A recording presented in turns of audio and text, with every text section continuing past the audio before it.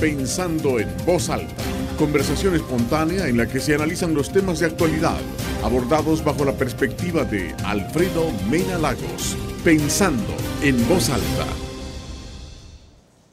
Buenos días, bienvenidos a Pensando en Voz Alta. Hoy tengo el gusto de tener con nosotros a mi buen amigo Jorge Villacorta, con quien siempre es un gusto y una educación hablar de política. Y digo que es educación porque Jorge es de las personas, número uno, que más experiencia tiene.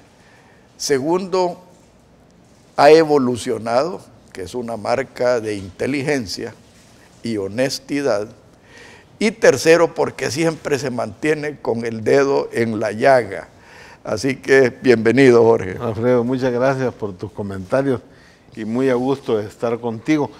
Solo decirles que perdonen a los televidentes y amigos por estar aquí en Mangas de Guayabera, pero por razones de trabajo me fue imposible acompañarte como corresponde en traje, pero estamos a la orden. Bueno, acuérdate que tuvimos, el presidente Molina usaba Guayabera todo el tiempo y era el gobierno móvil. El gobierno móvil. Que por mucho que lo criticamos, hoy vemos que tal vez fue un mucho mejor gobierno que los que hemos tenido últimamente. Definitivamente que sí, no hay duda de eso, sí. Jorge, me gustaría escuchar tu análisis de este recién pasado evento electoral. A mí hay varias cosas que me han preocupado. Uno, la falta de transparencia. Otro, la falta de profundidad en las ofertas. Otro, la ignorancia de la ley, que ha habido campaña anticipada y tal vez una palmadita en la mano a mucho, ¿verdad? Y quizás una de las cosas que siempre me ha incomodado es lo de la deuda política, que a mí sí me parece que no es lo ideal para un país en vías de democracia, porque yo lo pondría en vías de democracia, y la injusticia que se les hace a los candidatos independientes, ¿verdad? Claro, por variar. Claro. Muy bien. Alfredo, yo creo que tú has señalado algunos de los puntos interesantes. Primero, el tema de la transparencia. Yo creo que más uno lo puede enfocar eso en el aspecto del financiamiento, es decir, hasta dónde los partidos no cumplieron con lo establecido exactamente por las sentencias de la sala y lo que el Tribunal Supremo Electoral esperaba. Y bueno, se fueron por una vía, por un bypass, y el ministro de Hacienda les dio el dinero sin haber llenado el requisito que correspondía al tribunal, que es quien estaba señalado para hacer la calificación. Creo que eso es un hecho que hay que tomar en cuenta. Creo que también en algunos momentos al tribunal le faltó decisiones claves. Por ejemplo, la reducción del presupuesto por parte del ministro de Hacienda. A mí me parece que es un tema que debería corregirse, que la ley debería ser clara en el sentido de que el tribunal es la institución, por eso máximo, el tribunal de mayor tamaño, que tiene que decidir técnicamente cuál es el presupuesto para un evento electoral. Y hombre, debería de ser que esos recursos pasan y los decide la Asamblea, y la Asamblea puede reducir, pero no un ministro. Me explico, que no tiene que ver directamente con la especialidad. Entonces, creo que eso me parece a mí que generó buena parte de los problemas que se tienen ahora, porque al no tener tecnología en el proceso de contabilidad de las marcas, porque eso es lo más importante y lo más difícil de poner en un acta, eso debió haber estado. Te me estás adelantando, eso es lo que quería dejar para. Pero eso es un punto parte clave de la transparencia, por la falta de recursos y bueno, el no haber tenido recursos del tribunal completos para la capacitación de ese personal, lo menos el transporte, la alimentación de esa gente, Creo que son aspectos que deben de tomarse en cuenta. Claro, en la próxima elección presidencial sí tiene razón, es mucho menos la necesidad, pero en la próxima elección de diputados, estoy hablando del 2021, es que yo debe resolverse esto. Espero que para entonces ya hayamos distritado el voto, Jorge. Ojalá. Porque para mí ese es el gran mensaje de este relajo, la necesidad de distritar el voto de los diputados. Claro, el problema, lo hemos planteado tantas veces, que es indispensable una reforma electoral completa, porque ese es el otro aspecto que falta decir. Buena parte de los problemas es porque no se hicieron los cambios en la normativa que permitiera hacer bien las cosas. Entonces el tribunal se quedó sin los recursos adecuados, por un lado, pero segundo, sin las normativas de cambio para poder trabajar. Pero también hagamos una cosa, seamos claros, si el tribunal sabía que con esos recursos que le habían dado y con eso que le quitaron de un plumazo, no podía hacerse cargo de esa enorme responsabilidad, pues hombre, lo primero que había que hacer es ponerse los pantalones, y esos magistrados debieron haber dicho, señores, así no se puede seguir, es imposible hacer elección, y señores, ahora, renunciar o plantear una situación dramática. Me pregunto yo, Jorge, ¿no habrá sido a propósito eso? Porque yo he bautizado al Tribunal Supremo Electoral como los guardianes de la partidocracia. Y no habrá sido a propósito hacer esta chambonada y esta falta de definición y firmeza, como decía mi coronel Molina, a propósito para que existiera la posibilidad de la manipulación y la... No, honestamente creo que no. Primero porque el tribunal en sí, los 5 magistrados, perdónenme, a excepción quizás de alguno de ellos, como Miguel Cardosa, los otros responden a los partidos. Así es. Cuando aquí se dice el tribunal, hombre, el tribunal son los partidos y la responsabilidad de lo bueno y lo malo es de los partidos.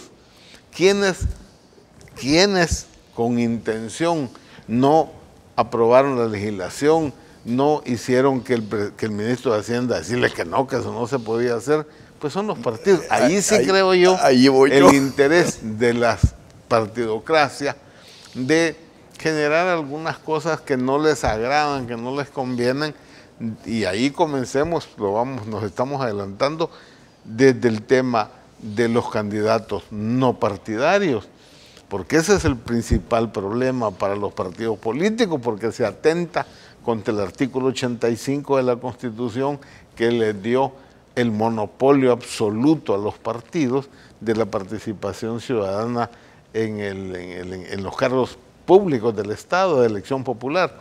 Por consiguiente, también la responsabilidad es compartida, sí, pero yo sí creo que los magistrados pudieron haber tomado una decisión mucho más, voy a poner machista, pero mucho más firme, vaya, como tú dijiste, con firmeza, decir, miren señores, con eso no se puede.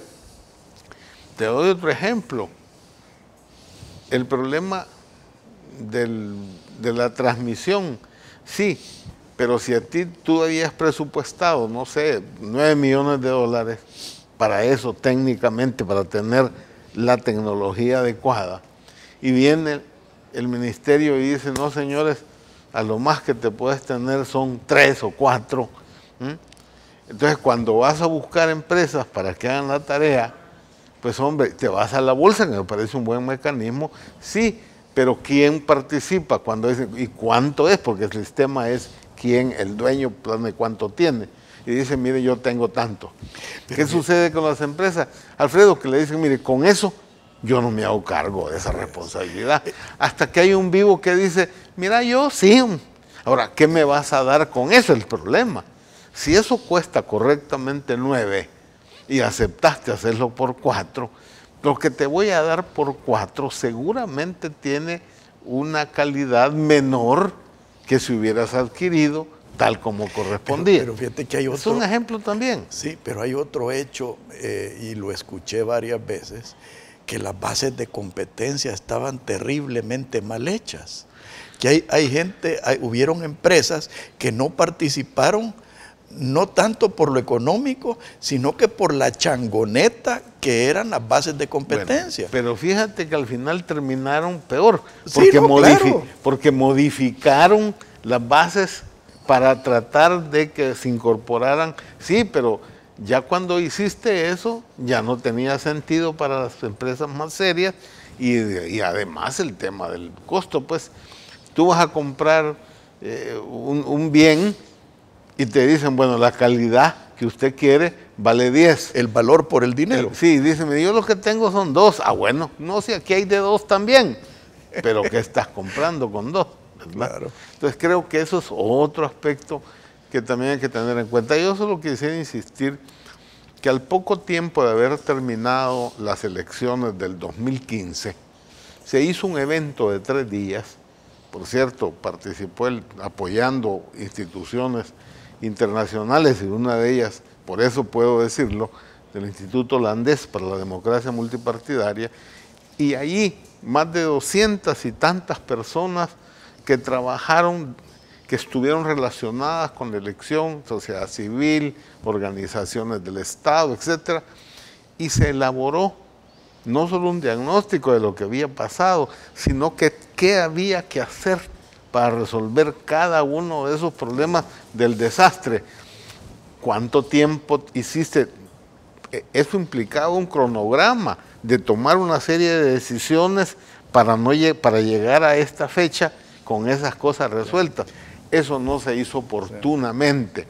Ni se hizo oportunamente, ni hubo voluntad de los partidos de hacer las reformas, ni hubo voluntad del ministro de Hacienda y compañía de los recursos, etc. Eso refuerza mi tesis de que al descuido es a propósito, porque es de que el ejemplo que tú has puesto me trae a memoria lo que me pasó a mí con la ley de libre competencia, que yo estaba impulsando cuando estaba en el gobierno. Yo me acuerdo que el Instituto Adam Smith de Londres nos donó un estudio que lo elaboró precisamente un PhD holandés. Era un estudio, pero magnífico, y nos hizo un proyecto de ley. Yo me acuerdo que uno de los ministros, muy amigo mío, por cierto, me dijo, puchica Alfredo, me dijo, esta ley tiene dientes, me dijo. Y le digo yo, ¿y para qué querés una ley sin dientes? Le digo yo. Claro. En el próximo segmento vamos a seguir platicando con mi buen amigo Jorge Villacorta. Por favor, no nos cambie, ya volvemos.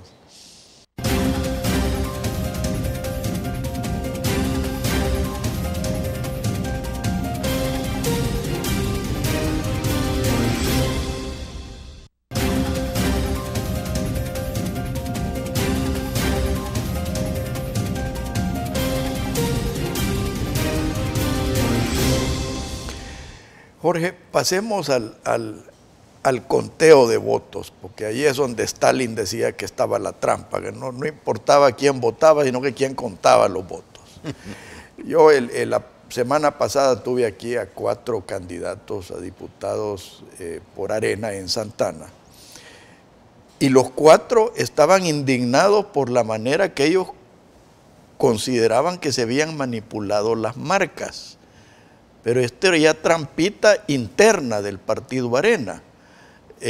Entonces, eso, si nosotros lo sumamos a otros partidos que no me constan, pero me imagino que debe haber sucedido, porque cada partido quiere tener sus diputados obedientes, esa es una tergiversación del espíritu de la ley.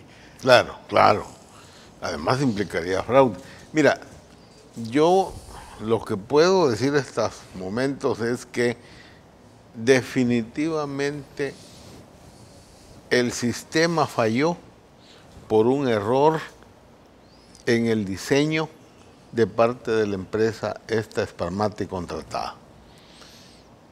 Eso generó definitivamente un problema, porque si a mí me comienzan a aparecer resultados sumamente positivos, pues hombre, me da...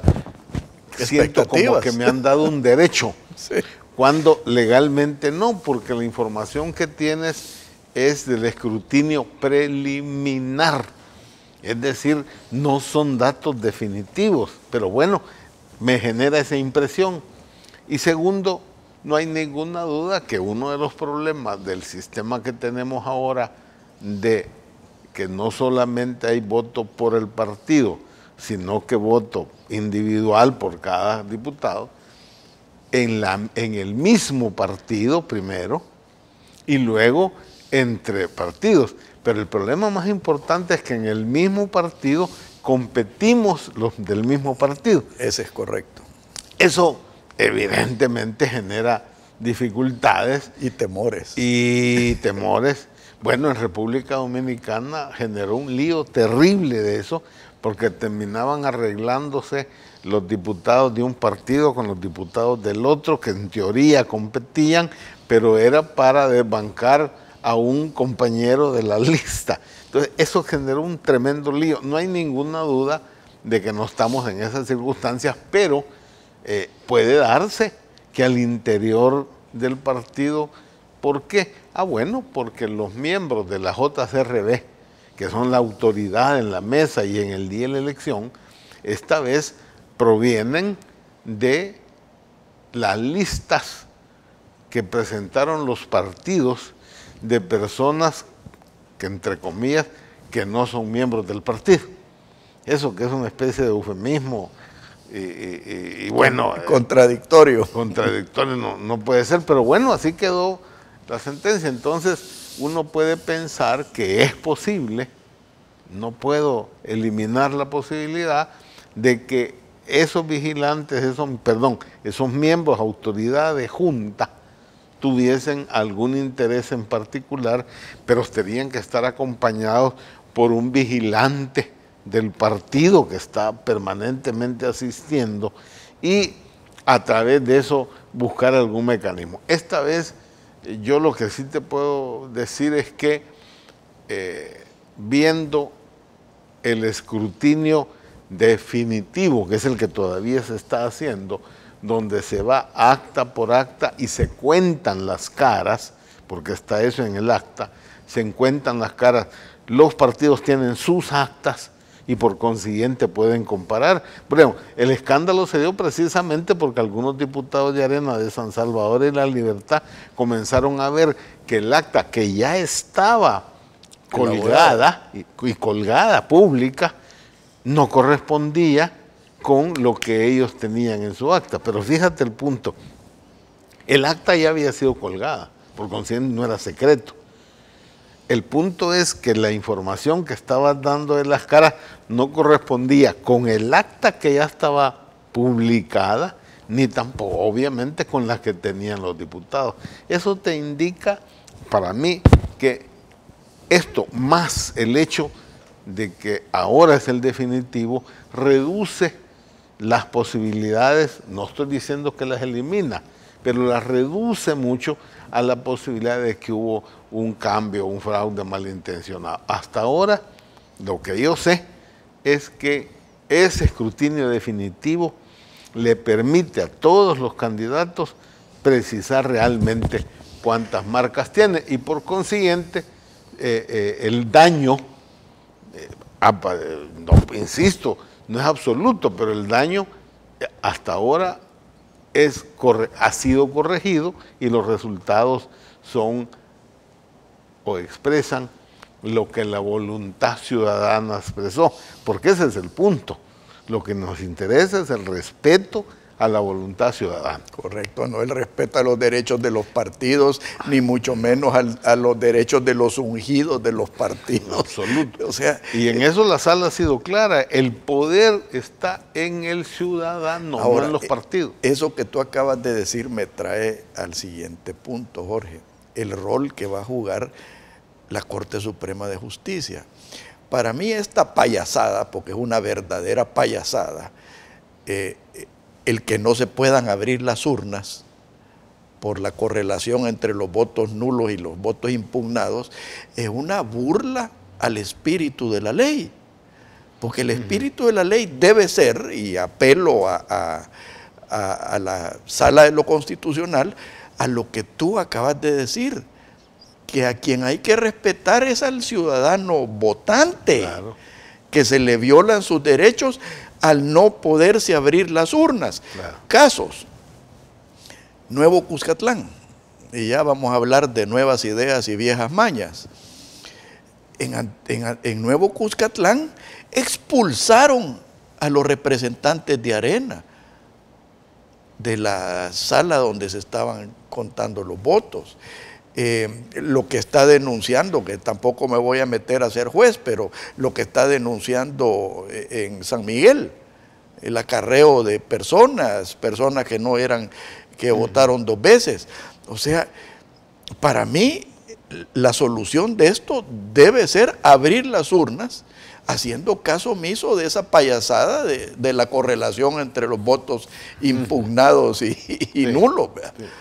Mira, ese es otro de los temas que se deben de reformar, porque si el concepto que estableció esta sala constitucional de que el verdadero poder está en el ciudadano y que los partidos solo son un instrumento de eso, no más, contradice buena parte del diseño que tenemos de nuestro sistema electoral desde los acuerdos de paz. Diseño hecho a la medida. Claro, porque fue hecho en ese momento en el que estábamos saliendo del bendito conflicto y donde el rol era, miren, no, démosle el poder a los partidos, excluyendo a cualquier otra cosa que no sea partido, y el proceso electoral está en manos de los partidos y también el control. Por consiguiente, lo de que dice muy bien Salvador Samayoa, es un sistema entre que tigres cuidando tigres, de tal manera que se controlen entre ambos. No, el problema es que los tigres terminan comiendo a los ciudadanos. No, y cuando metes a los pobres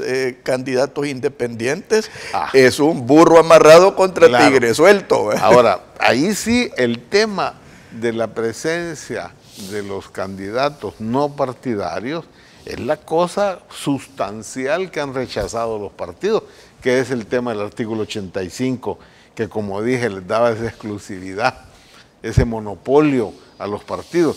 Ese cambio hace que se aplique aquel principio, obedezco pero no cumplo, obedezco la sentencia pero pongo tales requisitos para poder participar y para poder competir que lo vuelven prácticamente imposible. Yo ahora reconozco y admito, hombre, que va a entrar esta vez un diputado no partidario por San Salvador. ¿Qué ventajas tuvo? Que se redujo la votación. Por consiguiente, el cociente, o sea, dividir los votos válidos de San Salvador entre los 24 diputados, redujo un cociente. Por consiguiente, el residuo también se redujo de tal manera que este diputado entra como por 12,000 votos. Pero incluso está por encima del diputado de Cambio Democrático, que está como por 11,000, y no digamos del diputado de Gana, que entra también como por 6,000, casi 7,000 votos. Sí, que esa es otra distorsión de lo que debe ser la legalidad de este proceso.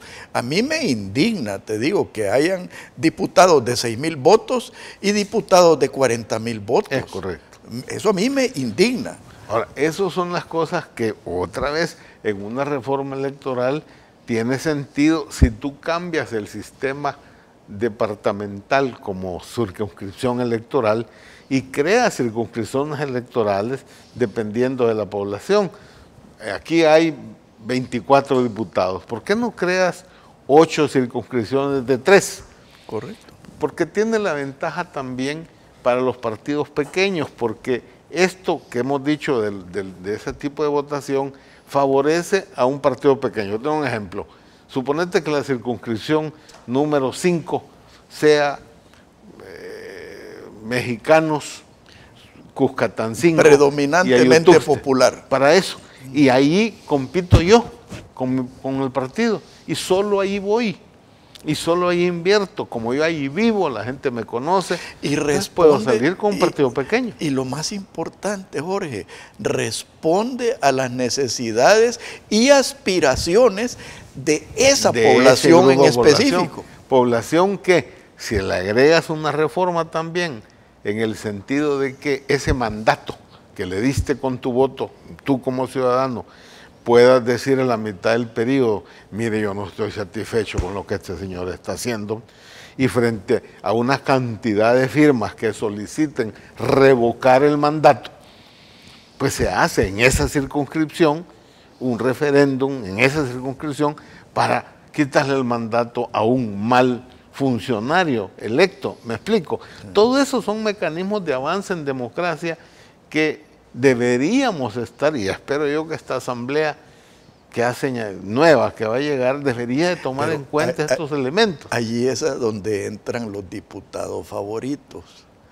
los diputados que van a llegar a defender la partidocracia, que si todo eso le agregas a los guardianes de la partidocracia en el Tribunal Supremo Electoral, hacer de esta reforma que tú estás hablando y que tanto necesitamos un sueño irrealizable. Vamos a ver. Arena tiene ahora una cantidad de diputados tales que alcanzar la mayoría simple, 43, que con eso se harían los cambios que he mencionado, ninguno que he mencionado tiene que ver con reforma constitucional prácticamente. Hombre, y han estado insistiendo y que han estado en oposición sobre esto, pues bueno, se espera que haya coherencia entre lo que plantearon cuando eran oposición y lo que va a significar ahora, donde van a contar fácilmente con una mayoría simple, incluso la mayoría calificada, teniendo una buena estrategia y táctica de búsqueda de soluciones en bien del país, no en arreglo de intereses de grupos o de partidos. Eso es lo que uno puede esperar de la próxima legislatura, pero ya nos metimos en el otro tema. No, pero mira, en el próximo segmento, Jorge, quiero escuchar tu análisis de esta buruca política que se nos viene con esta nueva asamblea, que creo yo que es la parte medular de este programa, porque ahí es donde nos vamos a dar cuenta qué ha significado esta nueva correlación de fuerzas y cuál es la ruta, la hoja de ruta que deben, en mi opinión, seguir los diferentes partidos políticos, incluyendo a Nuevas Ideas, Mañas Viejas. Claro. Por favor, no nos cambie, ya volvemos.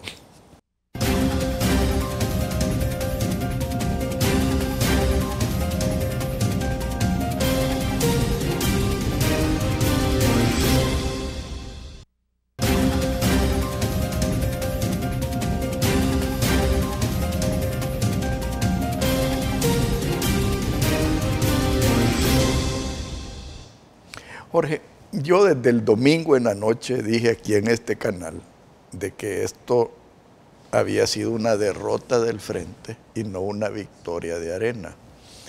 Y me gustaría escuchar tu opinión de qué es lo que significa esta nueva situación política para cada partido. Claro. Vaya, creo que es importantísimo, primero, para la partidocracia. Me parece que ha sido claro el rechazo de la población a la partidocracia. Es correcto.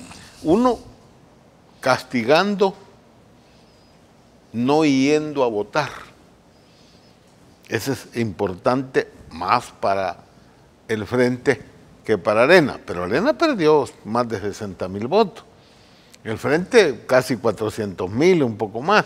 Pero bueno, ese hecho de que la gente se queda en su casa, que el número de votantes también de alguna manera no fue dramática la reducción, sí, pero hubo reducción de votantes. Es un mensaje, evidentemente, insisto, para este vicio de la partidocracia y que obliga a que los partidos todos se pongan a pensar qué van a hacer, porque es la única institución que no me parece a mí que se ha adaptado a los cambios históricos, no solo del país, del mundo que nos rodea después de los acuerdos de paz.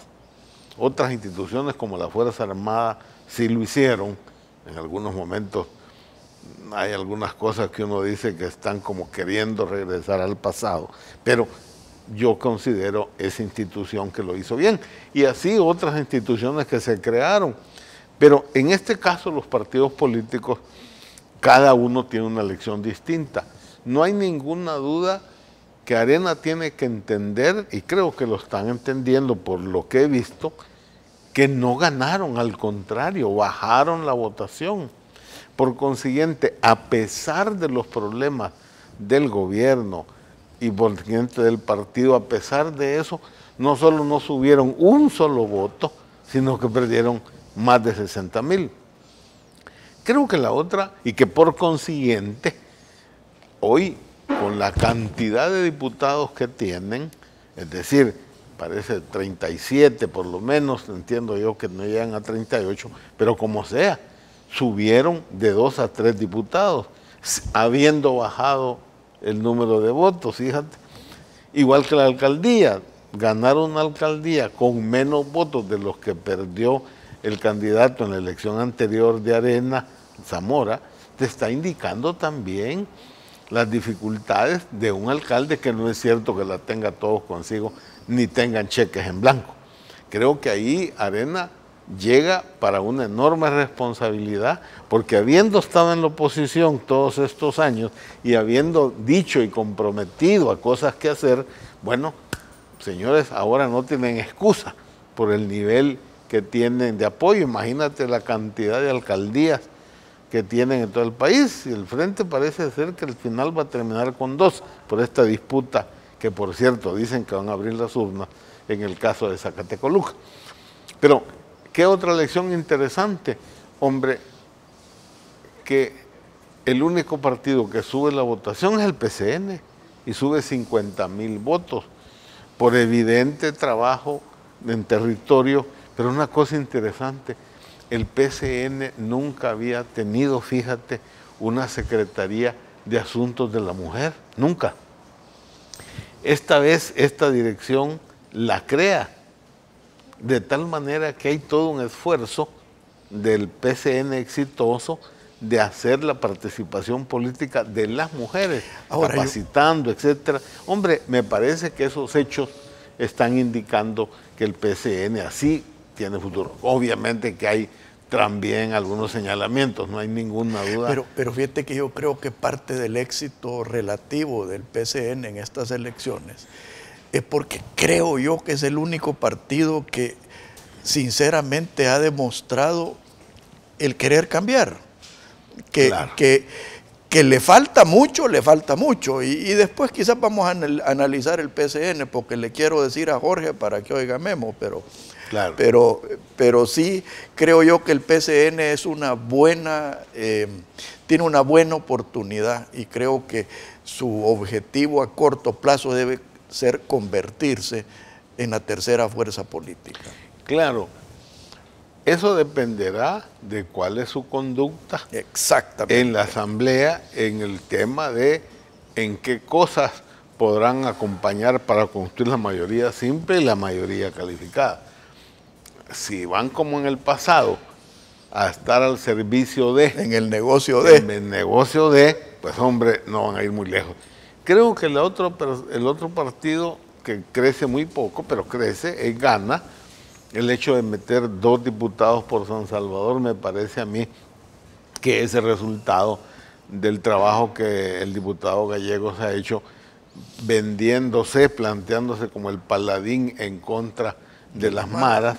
Entonces eso de ser el héroe frente a eso sirvió para que el rechazo de la gente a la actividad delincuencial de las maras hace que le reconozcan ese esfuerzo, y tiene esa votación en San Salvador, que conste, que le permite poner un segundo diputado por el más bajo cociente, sí, digo residuo, pero 2. Creo que también la democracia cristiana, por lo menos a mí, me sorprendió igual. A mí me sorprendió porque, también. Hombre, no solo mantener el diputado por San Salvador, insisto que es si no me equivoco, el residuo más alto, lo que está indicando que esta vez Rodolfo Parker ingresó más cómodamente que en el pasado. Pero además, el hecho de haber obtenido otros 2 diputados, el de Santana y el de San Miguel, está indicando también un elemento de eso, de búsqueda de parte del partido de alguna forma de renovación. Igual también subió la votación y ahí de nuevo hay un mensaje de cuál va a ser el rol ahora de la democracia cristiana, que quizás debería de regresar a sus valores, a sus planteamientos de contribuir sustancialmente a este proceso de necesidad de cambios y de reformas que tenemos. No, miren, 3 diputados, perdonen, son importantes. No es despreciable. De ninguna manera, dependerá de la calidad y del trabajo de esos 3 diputados. No, y fíjate que aún más, y esta es una opinión muy personal, ellos tenían para mí uno de los mejores candidatos a diputados, este muchacho Mengíbar. Excelente, lástima que no entró. Claro, pero a mí me sorprendió que la democracia cristiana haya escogido a una persona como el candidato Mengíbar, que a mí en lo personal me parecía uno de los mejores candidatos que había en todo el entorno político. Claro, por eso digo que ahí hay una nueva actitud o un buen síntoma. Sí, un buen síntoma, porque muchas de las críticas a la democracia cristiana siempre ha sido, y esta vez también, de mucha dependencia del secretario general, que el secretario funciona como una especie de dueño, y algunos decían, mire, el problema de la democracia cristiana es que esta tradición del rol del secretario general daña su esfuerzo. Pero bueno, yo creo que por lo menos en el último año de la legislatura actual, Rodolfo jugó un rol importantísimo en el tema de pensiones, en el tema de llegar a un acuerdo fiscal.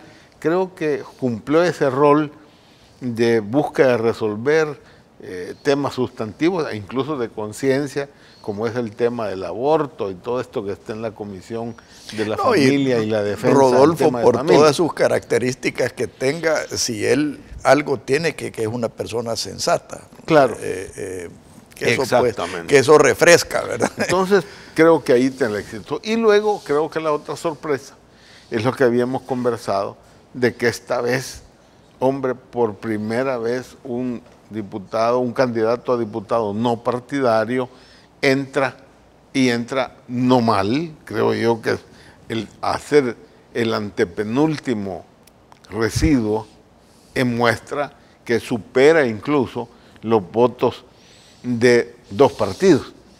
Está indicando entonces que la reforma quizás que se hizo de que ahora los candidatos no partidarios conformaban una lista, como en los partidos, les daba evidentemente alguna posibilidad. Ahora, no hay ninguna duda que es burro amarrado con tigre suelto, porque imagínense ciudadanos que el diputado no partidario no puede tener vigilantes en la Junta, solo puede tener uno en cada centro de votación. Ya solo es un mensaje. No tiene deuda política adelantada que le permita tener recursos, al revés, tiene que tener una fianza. Endeudarse para, bueno, no digamos otra serie de temas. Pero bueno, el hecho de que ahora tengamos eso será una experiencia. ¿Cómo será la actividad de este diputado? ¿Responderá a qué? Algunos dicen es que si no responde un partido, no sabemos si va a responder a otros tipos de intereses. Bueno, lo vamos a ver, cómo va a ser su conducta, qué su rol va a ser. Y otra vez, yo he insistido en eso por mi experiencia personal. Yo varias veces fui un solo diputado de mi partido.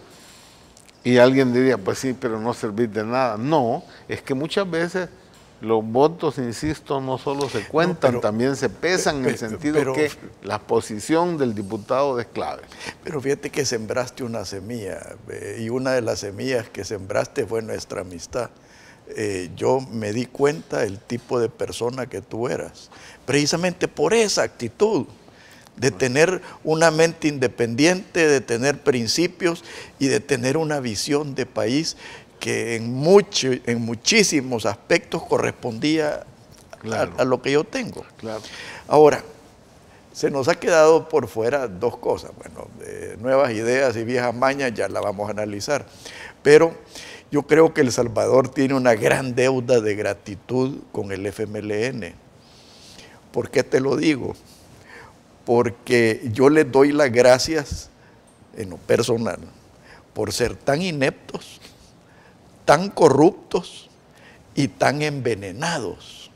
Y eso es precisamente lo que le abrió los ojos al salvadoreño común y corriente, que rechaza precisamente esas tres características que yo te estoy mencionando. Vaya, Alfredo, yo creo Estoy siendo un poco irónico, sí, ¿verdad? Pero yo creo que las encuestas de opinión que se estuvieron dando, las encuestas serias, pero prácticamente todas, fueron señalando cuáles eran los problemas que tenía el gobierno y por consiguiente el partido. Y algunas de esas conductas pues están relacionadas con cómo se ha gobernado. Me refiero a si se han resuelto con alguna eficacia los problemas más demandantes de la ciudadanía. Creo que uno de los problemas es el tema de salud y la asistencia y el servicio que el sistema le presta a los ciudadanos, donde la gran mayoría, más del prácticamente el 75%, no tiene acceso al seguro social y por consiguiente va al sistema público. Entonces, esa población, si tuvo una mala asistencia, un mal servicio por un problema de medicinas o lo que sea, pues eso influye también en el tema de la votación. Yo estoy convencido que también en un momento en el que tenemos casi 3 millones de salvadoreños fuera del país y que esos mandan casi 5.000 millones de dólares anuales. y son los que prácticamente mantienen a El Salvador. Por consiguiente, todo lo que activa una economía, que es el consumo, hombre, es a través de esos 5.000 millones que vienen a las familias. O sea, que se ocupa Es para democrático. consumir. Es totalmente democrático. Y si a mí me vienen a decir que el señor nuevo presidente de Estados Unidos, Trump, tiene una conducta xenofóbica, eso es lo que se dice, racista se dice, y de inmediato comienza a tomar medidas que ya había anunciado respecto al tema de los migrantes, hombre, frente a esa circunstancia, y yo tener que estar pidiendo como país ciertos favores o que tengan en cuenta mi condición, entonces, el haber planteado, el haber hecho un discurso por algunos diputados Ofensivo. Ofensivos hasta cierto punto, frente a una persona en la de presidente de ese tipo, hombre, a la gente le ha de haber generado esa sensación de, bueno, mire, esto están haciendo una acción que me va a terminar dañando porque van a echar a mi pariente. Aunque no fuera así, aunque para los Estados Unidos posiblemente ni les importe un par de mantas que diga Yankee Go Home en El Salvador, sí, pero la impresión que eso generó en el ciudadano es lo que también significa. No, pero mira, una persona tan patriótica como yo considero al presidente Trump, que le quemen la bandera de los Estados Unidos, te digo, a mí me incendia.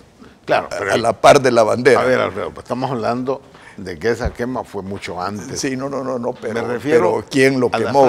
¿Quién lo quemó? Pero las frases esas, ya no digo que sean antihistóricas, pero ya no son clave, importante, valiosas, importantes, existentes en la realidad geopolítica actual. Fíjate que hay otra cosa, la pésima interpretación de los mensajes. Mucha gente se indignó porque Trump dijo que El Salvador era un shithole. Y la verdadera traducción de ese término es letrina. Claro. Y yo soy uno que cree que El Salvador tenemos más de 30 años de estarlo convirtiendo en una letrina. Y yo creo que la verdadera interpretación, lejos de indignarnos, aunque fue un mensaje bastante crudo y bastante duro, pero es un mensaje que nos están dando. Señores, la gente que los está gobernando los está convirtiendo en una letrina. Y la emigración desmedida que hay de salvadoreños es producto de que esos salvadoreños, que en mi opinión muchas veces son los más valiosos, claro, se han tenido que ir. Claro. Entonces, en lugar de tomar esto como un mensaje positivo, lo toman como un insulto. Ahora, sí, tiene de insulto, Alfredo. De plano, sí, o sea, es crudo el mensaje. Pero la responsabilidad de esta situación, como tú lo has dicho, tenemos más de 30 años. O sea, es una responsabilidad precisamente de la partidocracia. Claro. Y precisamente de los partidos políticos. Y con este cierre voy a quedar en deuda contigo porque se nos han quedado en el tintero tantos puntos. Uno de ellos es eso y el otro es nuevas ideas, viejas mañas, que tenemos que analizarlo. Ya, si así se terminó el tiempo. Bueno, yo nada más quería insistir en que el señor Nayib tiene alguna dificultad para legalizar su partido por el tiempo.